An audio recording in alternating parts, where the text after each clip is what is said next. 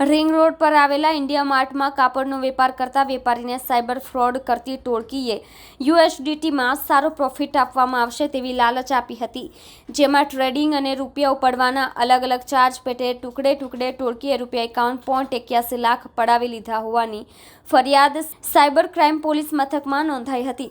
પોલીસે આ કેસમાં પોતાના ખાતાનો ઉપયોગ કરવામાં આપતા અમદાવાદના 3 ઠગબાજને ઝડપી લીધા હતા, જેમાં 2 જણાની સામે આ જ પ્રકારના ગુના કરીને ઠગાઈની દેશભરમાં 71 જેટલી ફરિયાદો નોંધાઈ છે.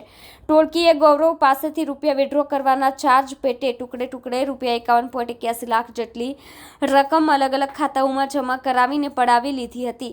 આ બાબતે સાયબર ક્રાઇમ પોલીસે ગુનો નોંધીને આ કેસમાં 22 વર્ષીય યશ દશરથ ભગવાનદાસ પંચાલ જે વાયરિંગ કરે છે અને રહે માધવ કોમ્પ્લેક્સ મેજિક મસાલા હોટેલ પાસે, રિંગ રોડ, વસ્ત્રાલ, અમદાવાદ, મૂળ રહે ગઢમડાના દિશા બનાસકાંઠા, તેમજ 50 વર્ષીય રાકેશ બચુભાઈ વઘાસિયા જે રત્ન કલાકાર છે અને રહે શ્રીરામ હાઇટ્સ નરોડા જીઆઈડીસી અમદાવાદ, મૂળ રહે ઉના ગીર સોમનાથ, તેમજ 32 વર્ષીય શન્ની મહેન્દ્ર રાયકુંવર જે ડ્રાઈવર છે અને રહે દેવનંદન પાર્ક, અંકુ ચોકડી, નરોડા, અમદાવાદને ઝડપી લીધા હતા.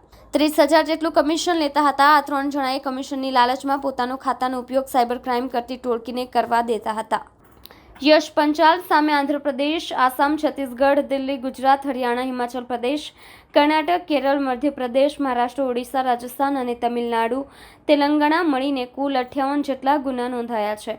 જ્યારે રાજેશ વઘાસિયા સામે પણ આ જ રીતે અલગ અલગ રાજ્યોમાં 13 ફરિયાદો નોંધાઈ છે.